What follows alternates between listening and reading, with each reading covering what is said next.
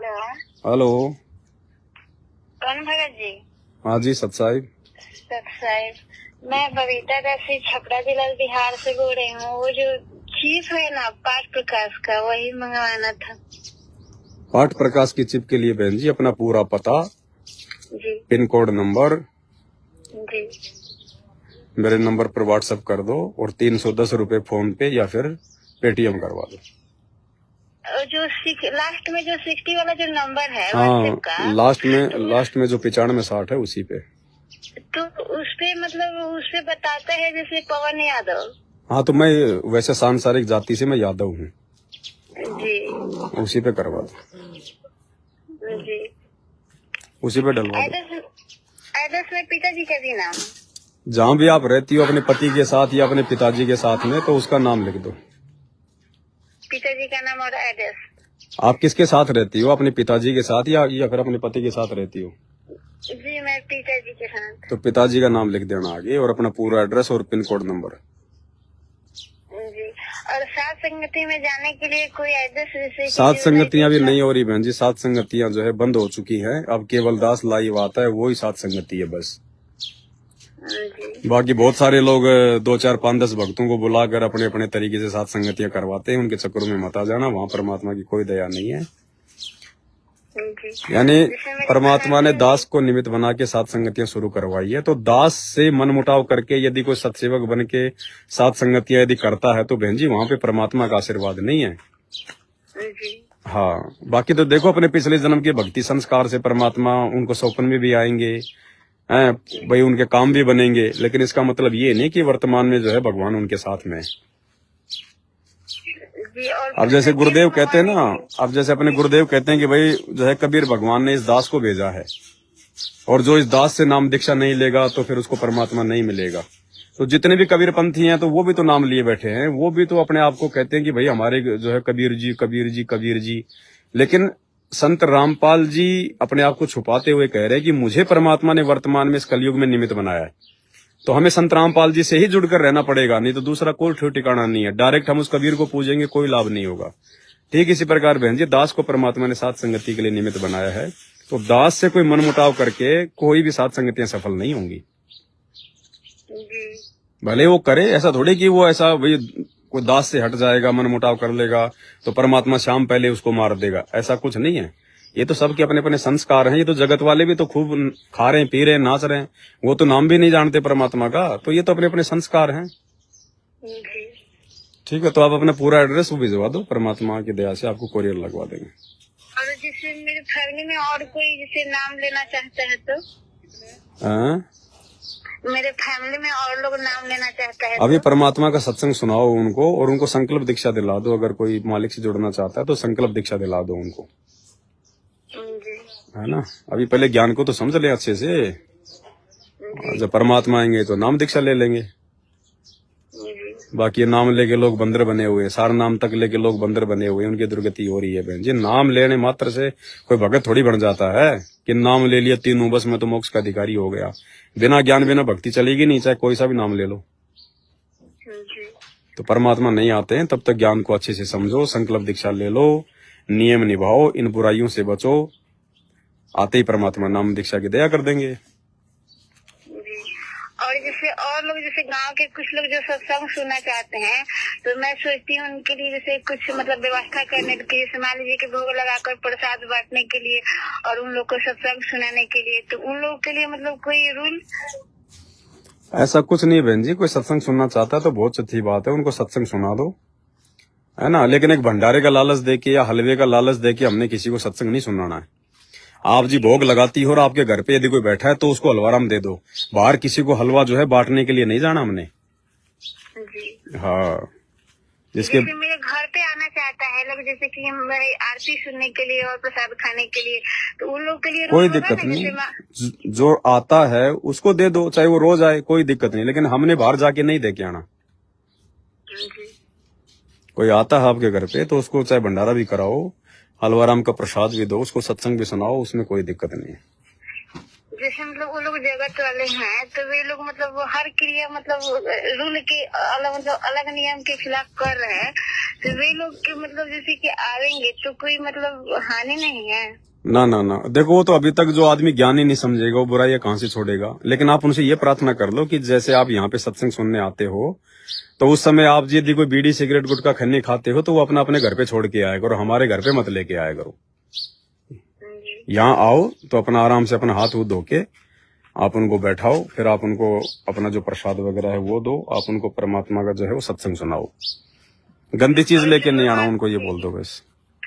और जो परमात्मा का जो प्रसाद है जैसे जो भोग लगाया जाता है तो उसमें से तो नहीं दिया जा सकता है ना, जो लोग नाम वो सारा एक ही है बहन जी, सारा एक ही है। जो परमात्मा को भोग लगाते हैं ना उससे ज्यादा जो पवित्र होता है वो जो बचा हुआ होता है ना बहन जी वो होता है।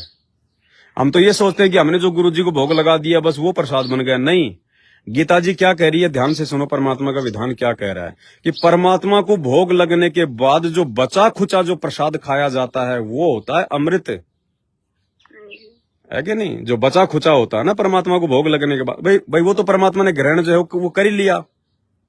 अब वो सूक्ष्म रूप में ग्रहण कर रहे हैं परमात्मा, इसलिए हमारे को दिख रहा कि वो बच गया।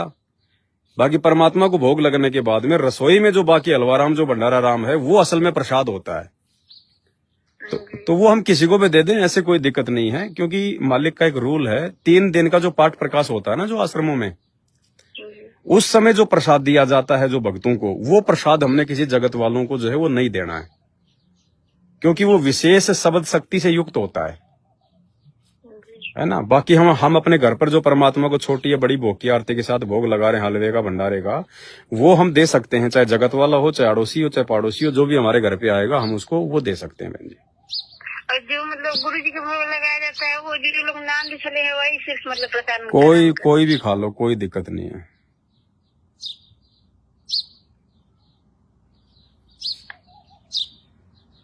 और जैसे मान लीजिए फैमिली के जो भी लोग हैं वे लोग किस तरह से रह रहे हैं, जैसे मान लीजिए कि जो खाना है तो उसमें से जैसे पिताजी हैं तो श्राद्ध करके खिलाते हैं, दाल चावल वो सब बनता है तो उसमें से खाना पड़ता है।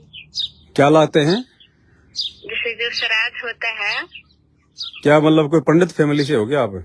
जी नहीं, वो नहीं खाना बहन जी, आपने बिल्कुल छूना भी नहीं है उस खाने को। तो अगर आपके पिताजी किसी मंदिर में कोई पुजारी है, अगर कोई पंडिताई का काम करते हैं और कोई श्राद्ध वगैरह निकाल के जो लोगों से जो भीख मांग के लेके आते हैं, आपने बहन जी उस भोजन को छूना भी नहीं है। खाना तो बहुत दूर की बात है, सीधे वरना जो है मतलब नरक के भागी बनेंगे।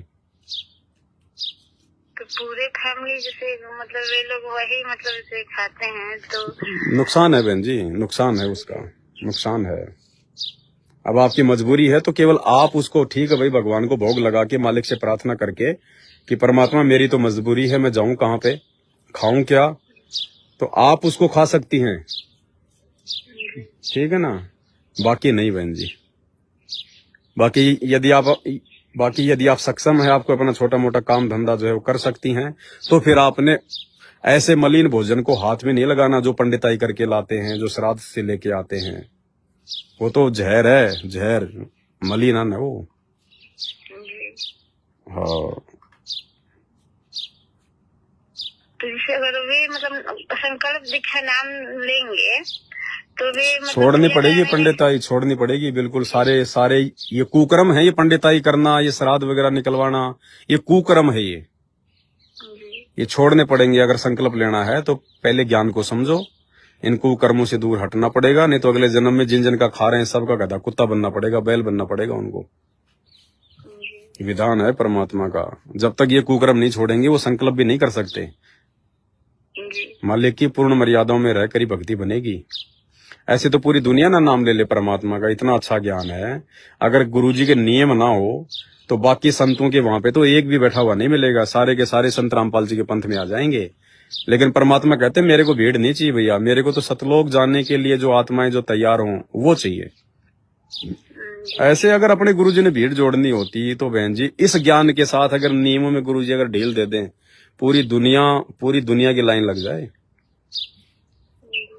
लेकिन ऐसा नहीं करना ना परमात्मा को, मालिक का अपना कोई स्वार्थ नहीं है ना।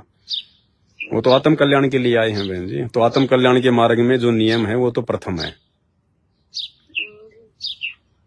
क्योंकि जैसे जो वैक्सीन लिया जा रहा था ना, तो उस समय मुझे पता नहीं था, तो मैं फर्स्ट वाला वैक्सीन ले ली, उसके बाद आपकी वीडियो मिली, उसके बाद सेकेंड वाला वैक्सीन मैं नहीं ली।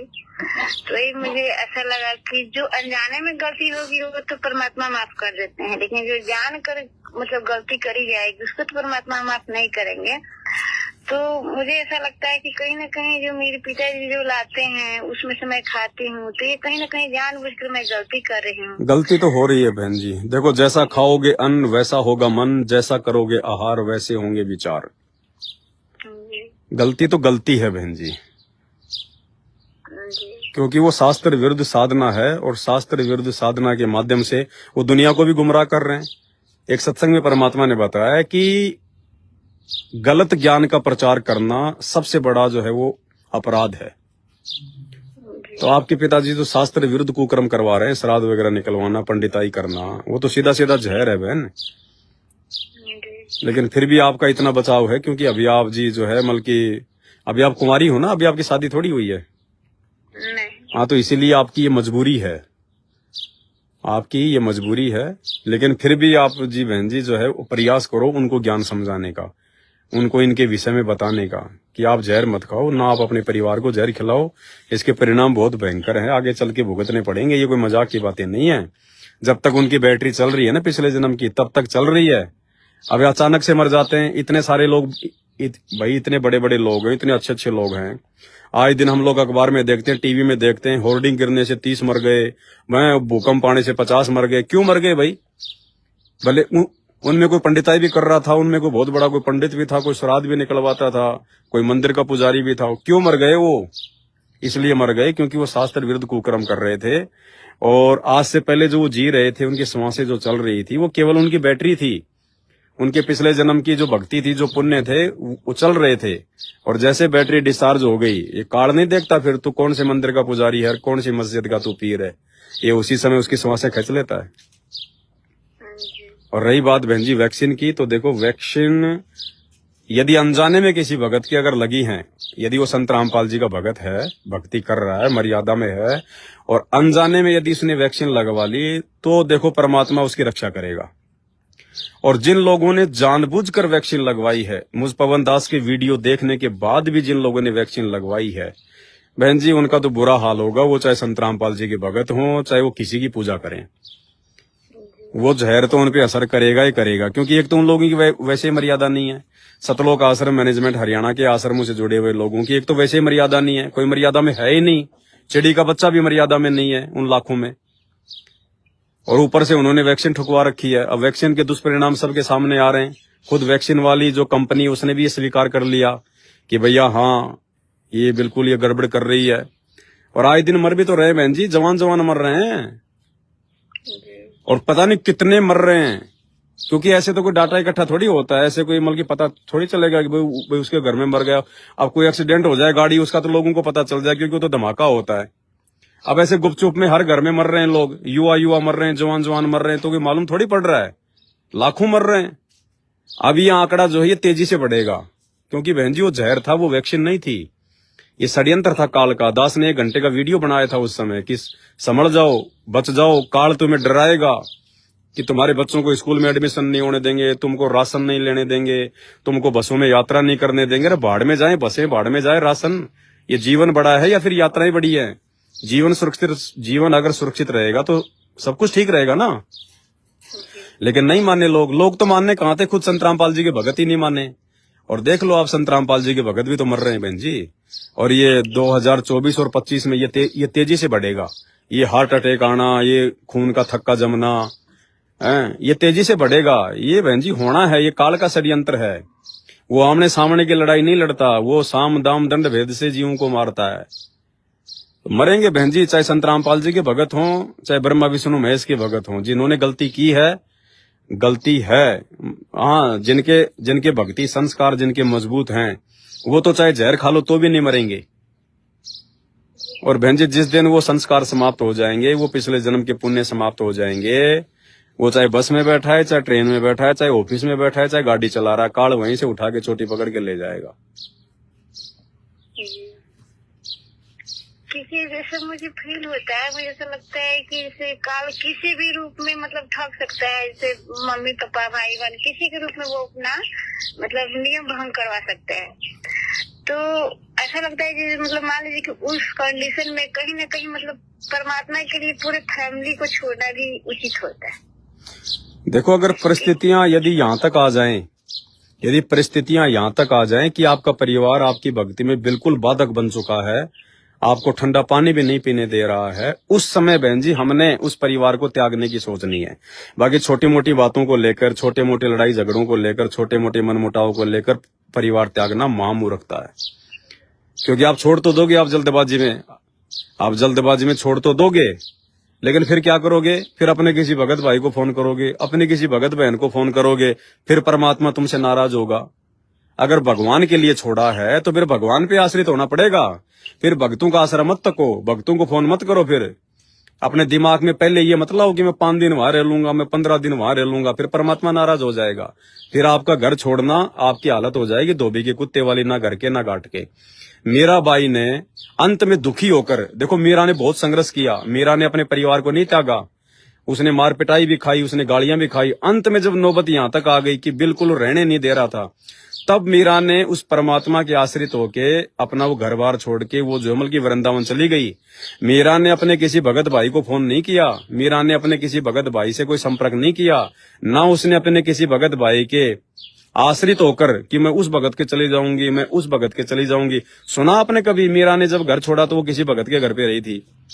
उसने भगवान के लिए छोड़ा और भगवान के नाम पे छोड़ा और पूर्ण विश्वास करके छोड़ा, तो परमात्मा ने उसकी व्यवस्था करी फिर वहां पे साधु संतों के बीच में। अब हम लोग घर छोड़ने से पहले अपने 5 भक्तों के नंबर तो अपने मोबाइल में लेके चलते हैं कि ये नहीं तो ये काम आएगा, ये नहीं तो ये काम आएगा, तो वहां परमात्मा पीछे हाथ खींच लेगा। जैसे द्रौपदी को अहंकार था कि दुशासन मुझे कैसे नंगा कर देगा, मेरे 5 पति बैठे हैं। तो जब तक उसको अपने पतियों पर विश्वास था तब तक भगवान ने उसका चीर नहीं बढ़ाया, तब तक उसकी बेइज्जती होती रही। और जब उसने देख लिया कि यहाँ तो कोई किसी का नहीं है, तब वो भगवान पे आश्रित हुई कि परमात्मा अब तो मेरी इज्जत आपके हाथ है। तब परमात्मा जी ने, सदगुरु रामपाल जी भगवान ने सूक्ष्म रूप बनाकर उसका चीर बढ़ाया। तो ये जल्दबाजी के फैसले लेना ठीक नहीं भक्ति मार्ग में बहन जी। क्योंकि परमात्मा तो सब कुछ देखते रखते हैं कि हाँ जी मतलब क्या मतलब भावना है, मतलब कहीं ना कहीं मतलब परमात्मा के प्रति समर्पण है या नहीं है। तो उस समय ऐसा लगता है कि कभी लगता है कि काल भगवान मतलब ये अपनी ओर आकर्षित करने के लिए ऐसी मतलब समस्याएं मतलब, या फिर लगता है कि नहीं परमात्मा कहीं ना कहीं परीक्षा ले रहा है। फिर सोचते हैं कि परम भगत जी कहते हैं कि मतलब, तो मुझे लगता है कि जैसे गुरु जी जब परीक्षा लेते हैं तो भी तो समझ में आता है कि हाँ जी यहाँ पे हम नियम मतलब ऐसे मर्यादा नहीं पालन किए जिस तरह से ऐसे हुआ, या फिर नियम मतलब पालन कर रहे हैं सही से जिस कारण से काल भगवान को अच्छा नहीं लग रहा है, उनको लग रहा है कि हाँ जी इसको भक्ति से भटका दो, है ना।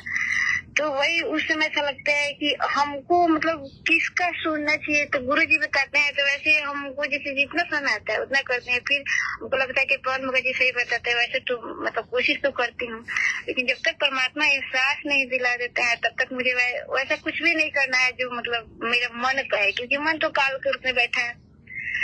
तो इसलिए मुझे ऐसा लगता है कि आत्मा की सुननी चाहिए, और आत्मा की सुनने के बाद ऐसा लगता है कि चलो अब तो मतलब कहीं ना कहीं परमात्मा मतलब ही कुछ करेंगे, दूसरा कोई विश्वास दुनिया में है मतलब रहना भी किसी की चाहिए, सब तो काल का मतलब सब जाल है। तो ऐसा लगता है आत्मा परमात्मा के अंश है, इसलिए आत्मा की सुनना चाहिए। मन तो कभी ये कभी वो करना ही है, लेकिन मन को कंट्रोल तो परमात्मा की कृपा से ही हो सकता है। इसलिए ऐसा लगता है कि दुनिया में अगर किसी को सुनना है तो मतलब परमात्मा की यानी कि आत्मा की। तो वही मुझे ऐसा लगा कि भाई किस तरह से भक्ति मतलब करनी चाहिए घर पे रह कर। तो उसमें मैं जब कर रही थी पूजा तो आप बता रहे थे कि सिर्फ गुरु जी की मतलब भक्ति करनी है और लोगों को उस फोटो को हटा देना है। तो हमको ऐसा लग रहा था कि पवन भगत जी तो कर रहा है, लेकिन हमको तो विश्वास कैसे हो, जब विश्वास मतलब मेरे को हो तभी तो मैं मतलब हटाऊं, क्योंकि परमात्मा तो सबको विश्वास दिलाते हैं, आत्मा के रूप से कहीं ना कहीं मतलब गाही देते हैं कि ऐसे बेटा सही ऐसे करो। देखो बहन जी ऐसा है, अब मान लो आप हो अंधे और सामने से कोई हाथी आ रहा, पागल हाथी, सूंडे लाता हुआ मारने के लिए, और आपसे कोई आदमी कह दे, कोई आंखों वाला, कि हट जा, रास्ते से हट जा, सामने से हाथी आ रहा है, मारेगा। अब आपको नहीं, जब तक मुझे विश्वास नहीं होगा, जब तक मैं हाथी की आवाज नहीं सुन लूं, तब तक मैं नहीं हटूंगी। तो बहन जी, आवाज सुनने के भरोसे तो फिर मरोगी, फिर तो हाथी उठा के सूंड की मार के साइड में पटकेगा। तो ऐसा ही नहीं है कि मेरी आत्मा मानेगी मैं तभी मानूंगी। आत्मा मान लीजिए आपकी मर्यादा खंडित है, और आत्मा मान लीजिए अभी आपकी काल के अधीन है, क्योंकि जब तक हम पूरी तरह से रिचार्ज नहीं होंगे तब तक इस आत्मा के ऊपर भी तो बहन जी इस काल का प्रभाव है, क्योंकि ये शरीर जो है इस काल लोक में मन रूप में जो है काल रहता है हमारे साथ में। तो ये आत्मा भाई, ये फिलहाल तो जो है मतलब इसके मन के अधीन ज्यादा है, मन के अधीन ये आत्मा जो है ज्यादा है। जैसे हमें परमात्मा 28 साल से ज्ञान सुना रहे हैं, और कोई भी ऐरा गैरा व्यक्ति हमें कोई बात बोल देता तो उसकी बात पे हम लोग विश्वास कर लेते हैं। इसका मतलब 28 साल से भगवान ज्ञान दे रहा, उस पर इतना विश्वास नहीं। और कोई व्यक्ति कोई भी झूठ बोल देता, कोई अटपट बोल देता, उसकी बात पे हम जो अमल की विश्वास कर लेते हैं, मन में अमल की शंका पैदा कर लेते हैं। इसका मतलब अभी हमारे ऊपर मन का प्रभाव ज्यादा है। तो ऐसा नहीं है बहन जी कि भाई हमने मल की आत्मा की सुननी है, ना आत्मा की सुननी, ना हमने इस मन की सुननी। आत्मा तो बेचारी भावुक भी हो जाती है 2 मिनट में। आत्मा तो दो मिनट में भावुक होके और कोई भी फैसला ले लेगी, और मन जो है ये गुस्सा करके या वैसे जल्दबाजी करके कोई भी आपको जो हमल की निर्णय करवा देगा। तो हमने ना इस मन की सुननी, ना हमने इस आत्मा की सुननी। हमने देखो, अगर हम भक्ति कर रहे हैं, अगर हम लोग मर्यादा में हैं, तो बहन जी हमारे को एक जो हमल की सत्य प्रेरणा होगी, हमारे को एक प्रेरणा होगी। क्योंकि मालिक ने क्या बताया कि इस शरीर के अंदर इस काल ने तो अपना जो एजेंट है वो छोड़ रखा मन, और परमात्मा ने कोई आत्मा थोड़ी ना छोड़ रखी है अपना एजेंट। परमात्मा का जो एजेंट है उसका नाम है निज मन। तो हमने आत्मा की नहीं सुननी, हमने सुननी है बहन जी परमात्मा के एजेंट की, निज मन की। और निज मन क्या होता है, यानी कुछ एक क्षण के लिए जो भी काम हम करते हैं, जो भी विचार हमारे मन में आते हैं, तो और यदि हम भक्ति कर रहे हैं, हम भगत हैं, तो थोड़े बहुत समय के लिए मतलब निज मन की तरफ से एक जो है वो नोटिफिकेशन आता है कि क्या सही है और क्या गलत है। बस हमने उस चीज को जो है हमने वो समझना है। जैसे परमात्मा हमारे को संध्या आरती में कहते हैं ना कि या तन में मन मूर्ति देखो, कि तुम्हारे इस सर में, कि तुम्हारे इस शरीर में मन कहाँ है, और जो परमात्मा का जो निज मन है वो कहाँ है। क्योंकि हमारे अंदर जो प्रेरणा होगी बहन जी वो इसी शरीर में तो होंगी। तो मन क्या प्रेरणा कर रहा है और परमात्मा का जो निज मन है वो क्या प्रेरणा कर रहा है। इसलिए परमात्मा कहते हैं या तन में मन मूर्ति देखो, यानी जो भी हमें जो प्रेरणाएं होती हैं उनमें हमने विचार करना पड़ेगा कि कौन सी प्रेरणा तो मन कर रहा है और कौन सी प्रेरणा जो है परमात्मा का निज मन कर रहा है। और वो जो प्रेरणाएं हैं उनको बहन जी हम उसी समय पकड़ पाएंगे जब हम अपने गुरु को भगवान मानेंगे और पूर्णतया मर्यादा में रहकर भक्ति करेंगे। अन्यथा हम जो है परमात्मा के संकेतों को जो है वो नहीं पकड़ पाएंगे। हम परमात्मा के सत्संगों के सीधे सीधे संकेतों को तो नहीं समझ पा रहे। अब जो परमात्मा जो प्रेरणा करेंगे जो सूक्ष्म रूप में, उनको बहन जी हम कहां से पकड़ लेंगे।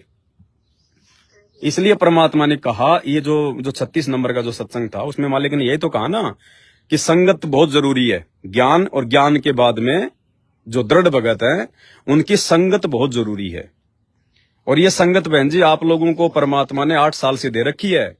ये तो परमात्मा ने जो है मतलब आज जिक्र किया मैनेजमेंट वालों के लिए तो कि भाई मतलब दृढ़ भगतों की साथ संगति बहुत जरूरी है। और तुम्हें तो परमात्मा ने 8 साल से साथ संगतियां दी हुई है बहन जी। 2016 से साथ संगतियां जो है वो चली हुई हैं। वे लोग ज्ञान की चर्चा नहीं करते हैं। वे लोग जैसे कि मतलब मैं बोली कि भोग लगाने के लिए, तो वो बोली कि भोग नहीं लगाना है, और मैं बोली मतलब ये मतलब सोची कि ज्ञान की चर्चा। तो परमात्मा के ज्ञान से निर्णय करो ना। इन चीजों में कोई आत्मा की सुनने की आवश्यकता नहीं है बहन जी। ये तो ज्ञान में है।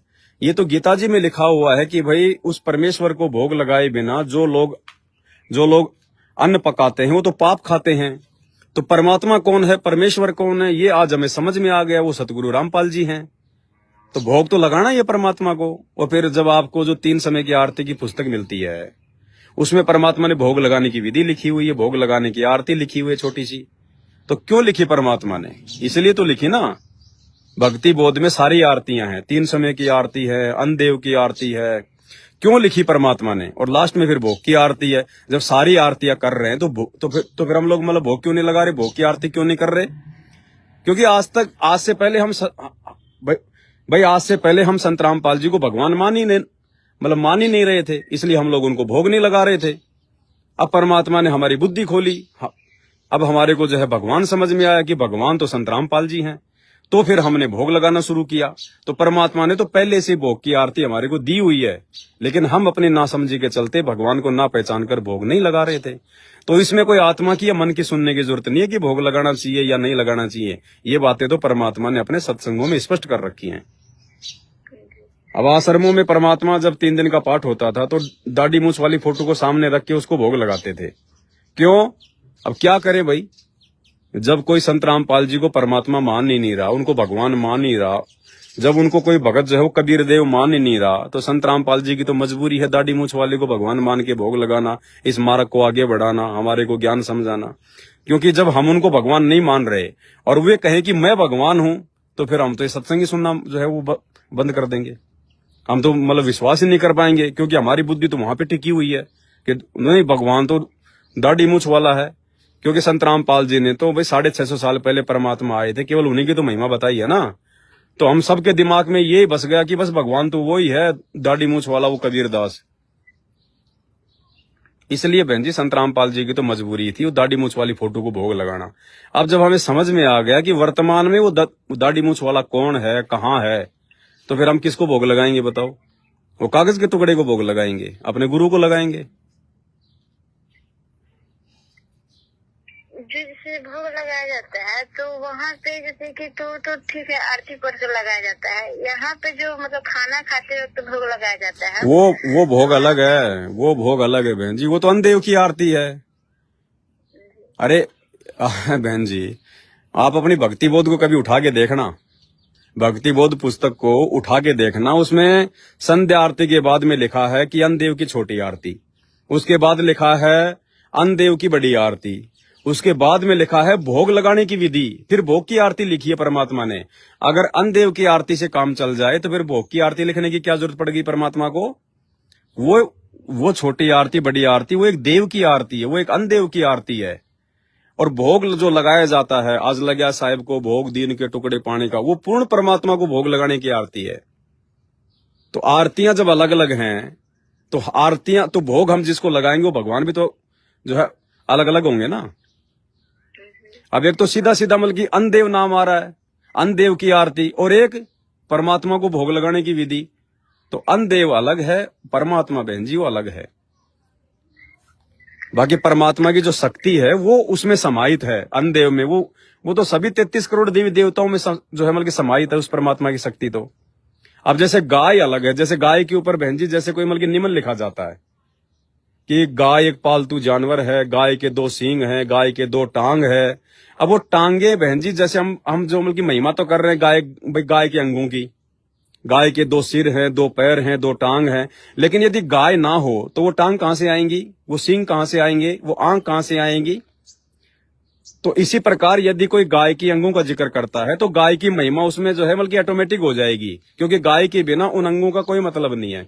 तो इसी प्रकार 33 करोड़ देवी देवता ब्रह्मा विष्णु महेश जहां जहां इनका जिक्र आएगा और जो भी इनकी महिमा होती है, जो भी इनके द्वारा जो कार्य किए गए हैं, जब उनका कोई जिक्र आता है तो उस परमात्मा का सबसे पहले आएगा, क्योंकि परमात्मा की शक्ति के बिना ये कुछ भी नहीं कर सकते थे। उस परमात्मा की शक्ति के बिना इन देवी देवताओं का जो है कोई स्थान नहीं है। तो वो अन्नदेव अलग है बहन जी, और परमात्मा की भोग की आरती जो है वो अलग होती है। हम जो थाली में जो खाना खाते हैं, एक टुकड़ा जो तोड़ के साइड में जो हम लोग रख देते हैं, फिर जो अन्नदेव की हम जो मतलब छोटी आरती करते हैं कि आरती अन्नदेव तुम्हारी जासे काया पले हमारी रोटी आदि, वो कौन सी करते हैं? गरीब सुख देना दुख मेटना ताजा राखे तन सुरते तीसो खुश किए नमस्कार तो अयन। ये एक बहन जी अन्नदेव की आरती है, ये परमात्मा की आरती नहीं है। वरना परमात्मा ने अलग अलग लिखने की जरूरत क्या थी, एक ही लिख देते भक्ति बोध में। तो अभी तक लोगों को यही तो नहीं पता कि परमात्मा कौन है, भोग तो उसके बाद लगेगा। तो अब ये साध संगतियों से ये जो है खुलासा हुआ है कि परमात्मा तो सतगुरु रामपाल जी भगवान है, इसलिए बहन जी परमात्मा को भोग लगता है। तो जो खाना खाते वक्त मतलब भोग लगाता है वो अन्न देव की भोग लगता है। वो तो अन्न देव को भोग लगता है, छोटी बड़ी आरती। जी। परमात्मा को भोग की आरती अलग है। भोग जैसे हम लोग मतलब कि हलवा बनाते हैं सुबह सुबह, परमात्मा का नाश्ता वगैरह बनाते हैं, फिर परमात्मा का भंडारा बनाते हैं। वो जब हम परमात्मा को भोग लगाते हैं और जब हम उसमें परमात्मा का सबसे पहले जो है मंगलाचरण करते हैं, फिर हम परमात्मा से अरदास करते हैं कि हे परमपिता परमेश्वर, सारी सृष्टि के रचनहार, कुल मालिक कबीर परमेश्वर सतगुरु रामपाल जी भगवान, आप जी का भोग प्रसाद तैयार है, आप अपनी पवित्र रचना से इसे पवित्र करने की जो है कृपा करें। हे परमेश्वर, आप भोग लगाते समय, भोग की आरती करते समय यदि हमसे कोई त्रुटि हो तो हमें तुझसे जानकर क्षमा करें। हे परमात्मा, आप अपनी पवित्र रचना से आप इसको पवित्र करें। उसके बाद फिर जो परमात्मा का जो आता है शब्द, आज लग्या साहिब को भोग दीन के टुकड़े पानी का, वो होती है भोग की आरती, वो अलग है। गीता जी में जो कहा गया है ना कि उस पूर्ण परमात्मा को भोग लगाए बिना जो अन्न खाते हैं वो पाप का भोजन खाते हैं, तो ये है वो आरती जिस आरती के साथ उस परमात्मा को भोग लगाया जाता है।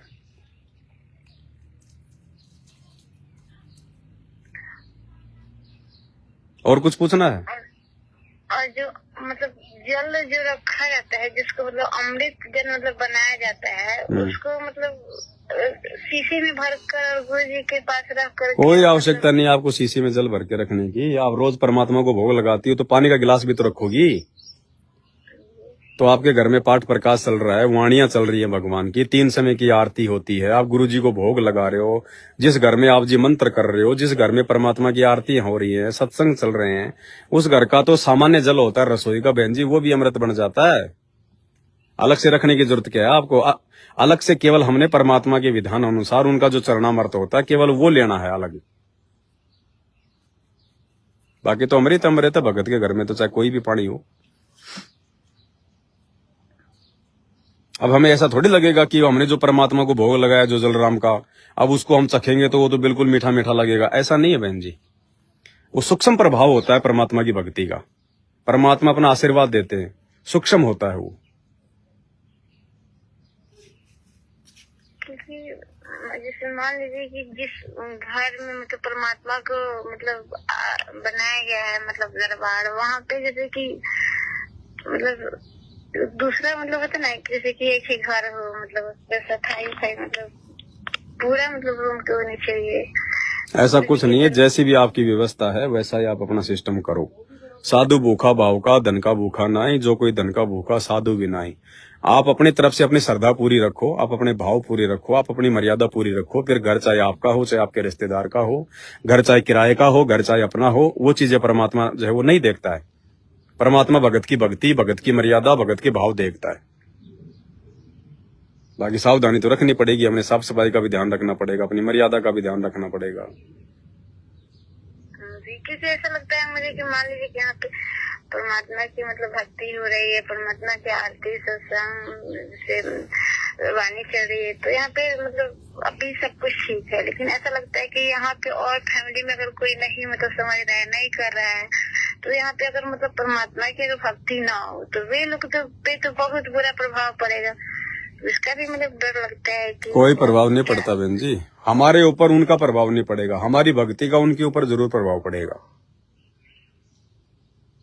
क्योंकि हमारी जो भक्ति है वो है हलवा, और बाकी जो भक्ति है वो है बहन जी सामान्य भोजन। तो सामान्य भोजन की जो है कोई मल की महक नहीं आती है, लेकिन जब हलवा बनाते हैं तो पड़ोसियों तक उसकी महक जाती है। तो उनकी जो भक्ति है उसकी भक्ति का हमारे ऊपर कोई असर नहीं पड़ेगा यदि हम सही हैं, मर्यादा में हैं तो। और हम जो भक्ति करेंगे उसका सूक्ष्म प्रभाव उन सब पे पड़ेगा।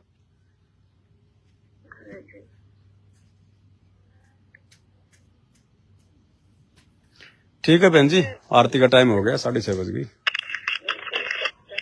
सत्साहिब। तो सत्साहिब भाई और बहनों, दया परमपिता परमेश्वर जी की 6:30 हो गई, आरती का समय हो गया। मालिक संध्या आरती करवाएंगे, उसके बाद फिर रात्रि 8 बजे घंटा 1.5 घंटे के लिए लाइव आएंगे। सभी भाई बहन लाइव जुड़िए।